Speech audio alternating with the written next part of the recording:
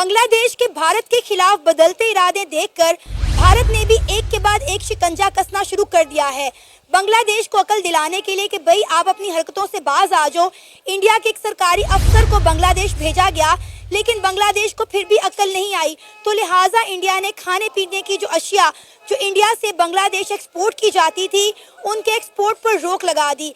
जैसे ही इंडिया ने खाने पीने की चीज़ों की एक्सपोर्ट पर रोक लगाई, हम देख रहे हैं कि बांग्लादेश के अंदर फूड क्राइसिस हद से ज़्यादा बढ़ चुके हैं। यहाँ तक कि बांग्लादेश के जो स्मगलर हैं वो इंडिया के ही बॉर्डर पर चोरी छुपे गोल्ड बेचकर अपने मुल्क में खाने पीने की अशिया लाने पर मजबूर हो चुके हैं। अभी तो इंडिया ने फूड एक्सपोर्ट पर रोक लगाया है, तो बांग्लादेश का ये हाल हो गया है।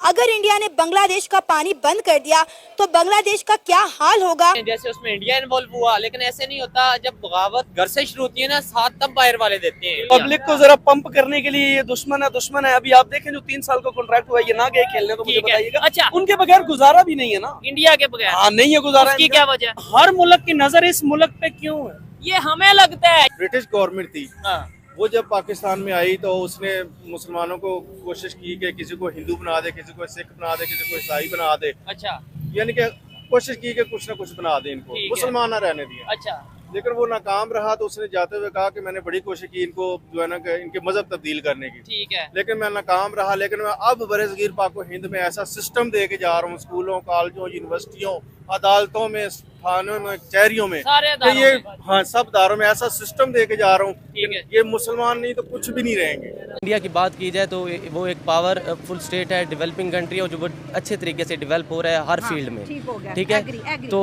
इस हवाले और फिर देखें चाइना पड़ता है एशिया में, तो अगर चाइना के अलावा कोई दूसरी बड़ी पावर है तो वो इंडिया है। अगर इंडिया के साथ ताल्लुकात अच्छे रहते हैं, फ्रेंडशिप भी रहती है, तो एक किस्म का ऐसे समझ लें कि चाइना यूएस का दूसरा घर होगा बिल्कुल इंडिया, जो कि काफ़ी हद तक चाइना के साथ बॉर्डर शेयर कर रहा है। तो साफ ज़ाहिर है उन्होंने डिफेंस स्टेटमेंट देनी है इंडिया के हवाले से, चूँकि अगर वो इंडिया से कुछ लेना चाह रहे हैं तो उसके बरक्स वो ये चीज़ भी कहेंगे कि हम इनको क्या दे रहे हैं। अभी हम इन्हें ये दे रहे हैं कि अगर वो जो हमारा मुखालिफ है वो इस कंट्री पे अटैक करेगा या किसी किस्म का कोई और एक्टिविटी करेगा, एग्रेशन शो करवाएगा, तो उस हवाले से इन्हें नतायज भुगतने पड़ेंगे।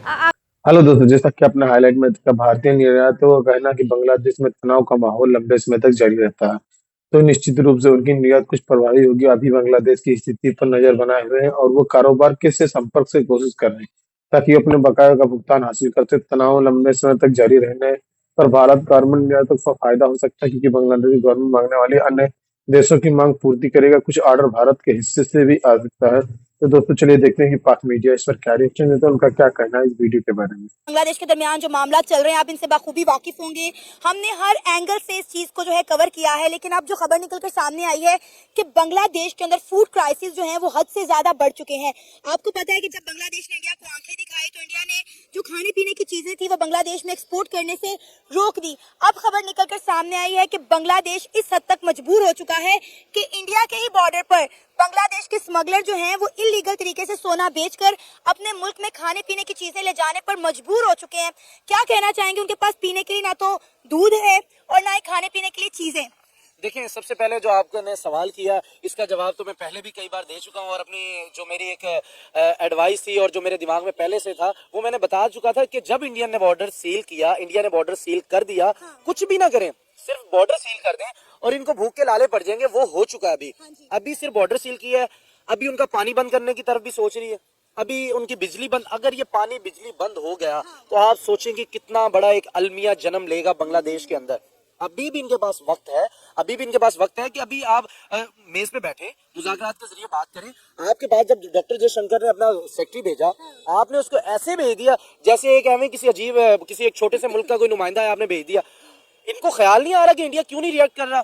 भाई, इंडिया इस वजह से आपको कुछ नहीं कह रहा कि इंडिया ये सोच रहा है कि ग्लोबल पॉलिटिक्स जो चल रही है, अमेरिका, रूस, चाइना मुझे ये कहेगा कि आपकी ये वैल्यू रह गई अब एक छोटे से मुल्क से लड़ रहे। आपको इस वजह से वो सोचते हुए आपको मना कर रहे थे, आपको समझाने आ रहे थे, लेकिन आप समझ रहे थे जब उनका सेक्रेटरी आया आपको समझाने के लिए तो पता नहीं अभी भी ये हमसे डर रहा हो। भाई, इंडिया आपसे डरता नहीं है, आपको जस्ट ये समझा रहा है कि आपके तुलबा तंजीम ने आपका इनकलाब लेके आया। वो भी बच्चे हैं, उनको समझ नहीं है इन चीजों की कि इनकलाब के असरात जो हमारे मुल्क के ऊपर आएंगे वो किस हद तक हमारे लिए डरावना ख्वाब साबित होंगे। वही देख लें, वो डरावना ख्वाब साबित होंगे क्या, हो चुके। बांग्लादेश का मैं कहती हूँ डाउनफॉल शुरू हो गया है। जिस दिन इंडिया ने बांग्लादेश का हाथ छोड़ा था उसी दिन ही बांग्लादेश का जवाल शुरू हो गया था। अब बांग्लादेश बुखलाया फिर रहा है, भाग रहा है, कभी पाकिस्तान से मदद मांग रहा है, कभी तुर्की से मदद मांग रहा है, तो कभी चाइना से मदद मांग रहा है। सर मैम बात ये है कि मदद मांग रहा है, इसका ये होगा कि पाकिस्तान इंडिया के अगेंस्ट जाकर मदद करेगा, टर्की इंडिया के अगेंस्ट जाके मदद करेगा, चाइना इंडिया के अगेंस्ट जाकर मदद करेगा। तो क्या इस वक्त ये तीनों जिनका मैंने कंट्रीज का नाम लिया है वो इस वक्त इंडिया के खिलाफ जाने के सोच सकते हैं? तो जा रहे हैं ना, पाकिस्तान और इंडिया की तो वैसे ही नहीं बनती। आप देखें तुर्किश में ड्रोन ऑलरेडी इन्होंने इंडिया के बॉर्डर पर तैनात किए, चाइना से इन्होंने J-10C जो है उनके फाइटर जेट्स मांग लिए हैं और वो लेने के लिए तैयार है। अभी मैं आपकी इस बात से अग्री नहीं करता, पाकिस्तान साथ देगा, लेकिन अभी फिल वक्त इस स्टेज के ऊपर पाकिस्तान भी सेफ एंड जा रहा है, क्योंकि पाकिस्तान को भी पता है इस वक्त कि हम अगर बांग्लादेश की हेल्प करते हैं तो हमें जो आलमी सतह का प्रेशर है वो काफी ज्यादा बढ़ जाएगा। रीजन सिंपल, जनवरी को ट्रंप आ रहा है, ट्रंप और नरेंद्र मोदी की दोस्ती किसी से ढकी छुपी नहीं है। अगर पाकिस्तान इस वक्त बांग्लादेश की मदद करने जाएगा, और मुझे ऐसा लगता है करनी भी नहीं चाहिए, क्योंकि हम किसी की आग में क्यों जलाएं अपने मुल्क को। हमारे मुल्क के पहले क्राइसिस कम पड़े हुए कि जो हम दूसरों के मुल्क की लड़ाई लें, हमने पहले कुछ सीखा नहीं है। अगर हम बांग्लादेश की अभी हेल्प कर दें तो हमें ये सोचना चाहिए, हमें जो गलतियां की हमें उससे सीखना चाहिए। हमने अमेरिका के कहने के ऊपर अफगानिस्तान से जंग लड़के टीटीपी तालिबान के खिलाफ, और जिसका हमने नतीजा 16 दिसंबर ब्लैक डे के तौर पे हमने मना लिया, यानी कि हमने अपने बच्चों की कुर्बानी भी दे दी। हम सरहदों पे तो जो कुर्बानियां देते हैं वो तो देते हैं, हमने अपने बच्चों की सानिया KPS किसको भूला है, आज से एक दिन पहले की बात है। यानी कि इतने बड़े सानिहे से, इतनी बड़ी चीजों से अगर हमारा मुल्क नहीं सीखता तो अल्लाह ही हाफिज है हमारे मुल्क का। हाँ मैं ये कहता हूँ, करें आप बांग्लादेश से मामला करें, उनके साथ लेन देन, लेकिन तब करें जब उनके मामला डिसेबल अभी हैं, जब स्टेबल हो जाएंगे तब आप उनसे करें तिजारत। आप क्यों अपने मुल्क को बदनाम करवाने पे तुले हुए हैं कि जब आपको पहले 52 साल 53 साल नहीं याद आया बांग्लादेश, क्योंकि जब वो स्टेबल था। अब उनको आपकी जरूरत है, आप उनको जरूरत को पूरा करें, आप उनको कहें भाई जाएं आप, ठीक है। मोहम्मद यूनुस जो है वो पिछले दिनों, तनवीर भाई सॉरी आपकी बात काट रही हूँ, मोहम्मद यूनुस जो है वो पिछले दिनों आकर पाकिस्तान के प्राइम मिनिस्टर शहबाज शरीफ से मिले हैं। आपको पता है कि इंडिया ने इनकी तमाम अहम जो है फूड इंपोर्ट एक्सपोर्ट जो है वो बंद कर दिया है, कि जितनी भी अहम फूड एक्सपोर्ट इंडिया से बांग्लादेश होती थी उन तमाम पर रोक लगा दी गई, जिसमें प्याज, आलू, टमाटर और बहुत सारी चीजें, उनके राइस तक शामिल थे।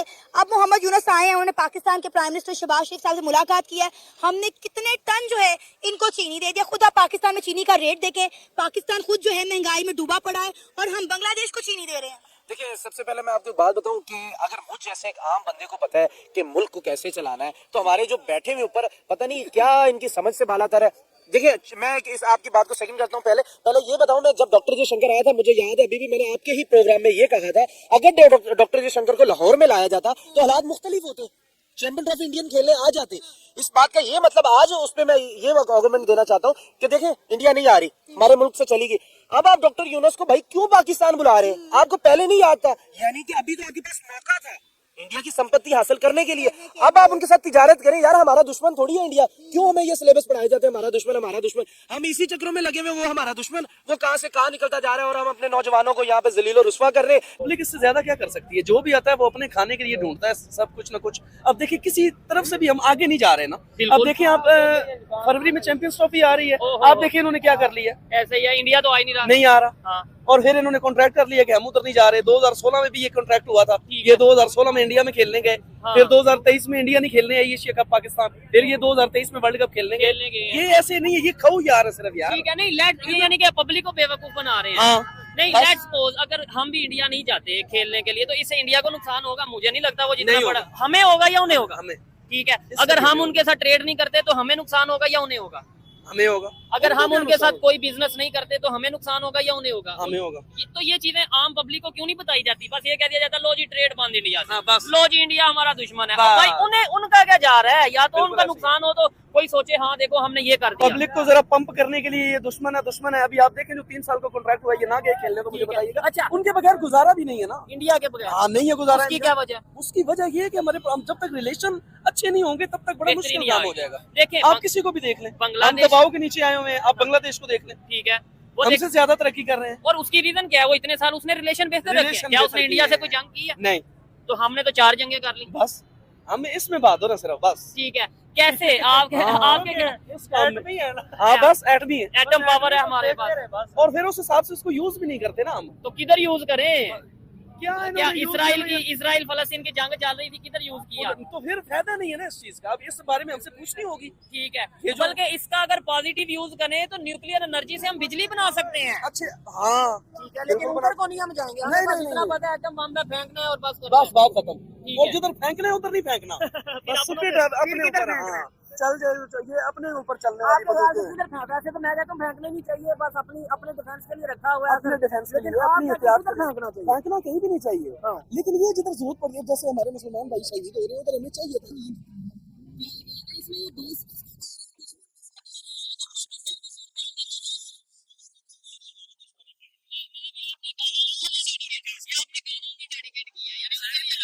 क्यों जी, इसमें ये जो इन्होंने गाना गाया पाकिस्तान की मौजूदा सूरत को देखें, दोस्त कौन है दुश्मन कौन है कोई पता ही नहीं चल रहा। बिल्कुल यही बात है। जैसे नुसरत फतेह अली अगर किसी को दुश्मन कहना है तो कह सकते हैं आप, वो तो आपकी मर्जी है, अगले को कोई फायदा या उसका नुकसान नहीं होगा। लेट्स सपोज मैं कहता हूं अमेरिका दुश्मन है, अगले को अमेरिका को क्या नुकसान होगा? असल में बात ये है कि हमारे हुक्मरान अगर हमारे बारे में सोचे ना, तो मुल्क में इतना पैसा कम नहीं है कि हमारे हालात ठीक ना हो। बिल्कुल ऐसे ही है, ऐसे यार बड़े बलोचिस्तान में ज़खायर हैं, बहुत से पाकिस्तान में ऐसी चीजें हैं कि अगर हम पाकिस्तान से सिंसियर हो जाएं तो बेहतरी की तरफ जा सकते हैं। चले जी, अच्छा लगा आपका गाना, आज आपने जबरदस्त गाया है। आज ये शायद आपका मूड था। मैं आज उन पे गुस्से पे था। चले, यानी गुस्सा भी अब गाने की सूरत में पाकिस्तानी निकालते हैं। मजीद किसी से बात करते हैं जी, बहुत शुक्रिया। अस्सलाम वालेकुम। वालेकुम अस्सलाम। आपका नाम? मोहम्मद इकबाल। क्या करते हैं इकबाल साहब? मैं पंजाब यूनिवर्सिटी में जॉब करता हूँ। जबरदस्त। तो मैं पंजाब यूनिवर्सिटी में पढ़ता हूँ, बड़ा अच्छा लगा आपसे मिलके। मैं जिस टॉपिक पे वीडियो रिकॉर्ड कर रहा हूँ, मुझे सबसे पहले ये बता दें 1947 से लेके आज 2024 तक पाकिस्तान ने कौन सी ऐसी गलतियां की जिनकी वजह से हमें नुकसान उठाना पड़ा। चाहे 1971 की बात कर लें, बांग्लादेश की बात कर लें, और आज क्या हम उन गलतियों से सीख के कुछ बेहतर कर रहे हैं या आज भी उसी लाइन पे उसी डगर पे चल रहे हैं? गलतियाँ पाकिस्तान ने तो खैर नहीं की हैं। अच्छा अच्छा, गलतियाँ पाकिस्तान ने क्या करनी है, पाकिस्तान की आवाम से ही गलतियाँ हुई हैं। तो वही ना, और पाकिस्तान की आवाम मिल के पाकिस्तान बनता है ना, ऐसे तो नहीं है कि पाकिस्तान मतलब एक। पाकिस्तान जो है वो नमाजें पढ़ने के लिए नहीं बना था। अच्छा, फिर किस लिए बना था?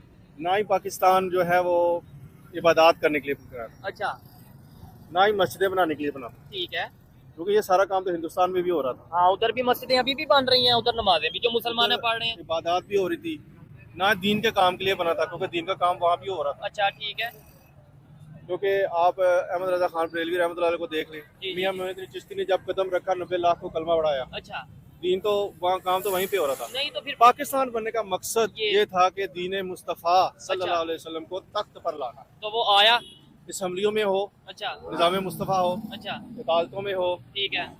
क्योंकि हर जो शोबा है पाकिस्तान का है उसमें दीन मुस्तफ़ा का नफाज हो। ठीक है। तो पाकिस्तान तो इस काम के लिए बना था, ना तो नाच गानों के लिए बना था, ठीक है। ना ये भंगड़े डालने के लिए बना था। नहीं तो फिर जिस मकसद के लिए बना था, आप जैसे कह रहे हैं, आपने बोला पाकिस्तान नमाजों के लिए नहीं था बना, पाकिस्तान तो ये सब काम इंडिया में हिंदुस्तान में हो रहा था, अभी भी हो रहा है। तो फिर हमें अलग होने की जरूरत क्या पेश आई? फिर सवाल तो ये बन जाता है ना। आपने बोला कि इस्लामी कानून आ जाता, तो वो आया। वो मैं वही तो बता रहा हूँ ना, वो तो इसलिए बना था लेकिन वो नहीं आया। उसकी वजह ये है कि जो ब्रिटिश गवर्नमेंट थी, वो जब पाकिस्तान में आई तो उसने मुसलमानों को कोशिश की कि किसी को हिंदू बना दे, किसी को सिख बना दे, किसी को ईसाई बना दे। अच्छा, यानी कि कोशिश की कि कुछ ना कुछ बना दे इनको, मुसलमान ना रहने दिया। अच्छा, लेकिन वो नाकाम रहा। तो उसने जाते हुए कहा कि मैंने बड़ी कोशिश की इनको जो है ना इनके मजहब तब्दील करने की, ठीक है, लेकिन मैं नाकाम रहा। लेकिन मैं अब बरसगीर पाक हिंद में ऐसा सिस्टम दे के जा रहा हूँ, स्कूलों, कॉलेजों, यूनिवर्सिटियों, अदालतों में, थानों में, कचहरियों में, सारे ये हाँ सब दारों में ऐसा सिस्टम दे के जा रहा हूँ। ये मुसलमान नहीं तो कुछ भी नहीं रहेंगे। अच्छा, ये किसी काम के ही नहीं रहेंगे। ठीक है। और तो आप देख ले सिस्टम को। लेकिन वो सिर्फ जो अंग्रेज से, जैसे अगर आपकी बात मान भी ली जाए कि भाई उन्होंने मुसलमानों के लिए ऐसा सिस्टम बना दिया, तो क्या सिर्फ मुसलमानों से उन्हें गुस्सा था? हिंदुओं से कोई गुस्सा नहीं था?